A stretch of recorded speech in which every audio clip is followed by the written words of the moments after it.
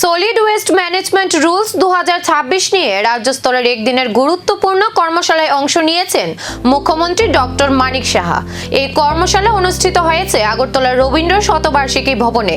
এই কর্মশালায় কঠিন বর্জ্য ব্যবস্থাপনা, আধুনিক প্রযুক্তির ব্যবহার, পরিবেশ সংরক্ষণ এবং নগর পরিষ্কার পরিচ্ছন্নতা নিয়ে বিস্তারিত আলোচনা করা হয়।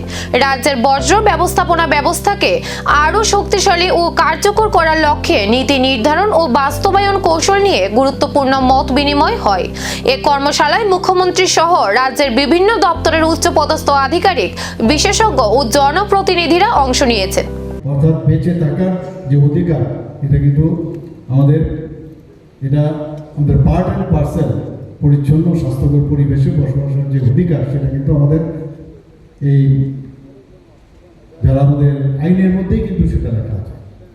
যখন সমস্যা হয়, তারপর যখন এটা আমরা ভুগি, তখন এই আইনের ঘাটাঘাটি করলে এত সুন্দর সুন্দর জিনিস রয়েছে, সেইগুলো কিন্তু আমরা বুঝতে পারি।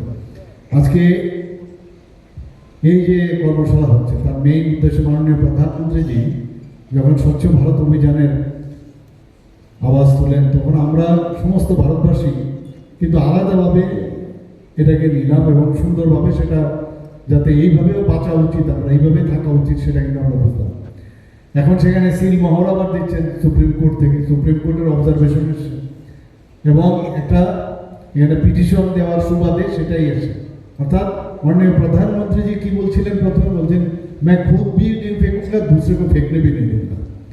তো এই ধরনের কথা উনি যখন এটা শুরু করলেন, সেটা কিন্তু আজকে আইনের বেড়াজালে কিন্তু এখন চলে এসেছে এবং এখানে বলা হচ্ছে যে এই পরিচ্ছন্ন পরিবেশ বা নিরাপদ স্যানিটেশন, এগুলো যাতে মানে বৈজ্ঞানিকভাবে তার ব্যবস্থা শুধু যে প্রশাসন করবে তা না।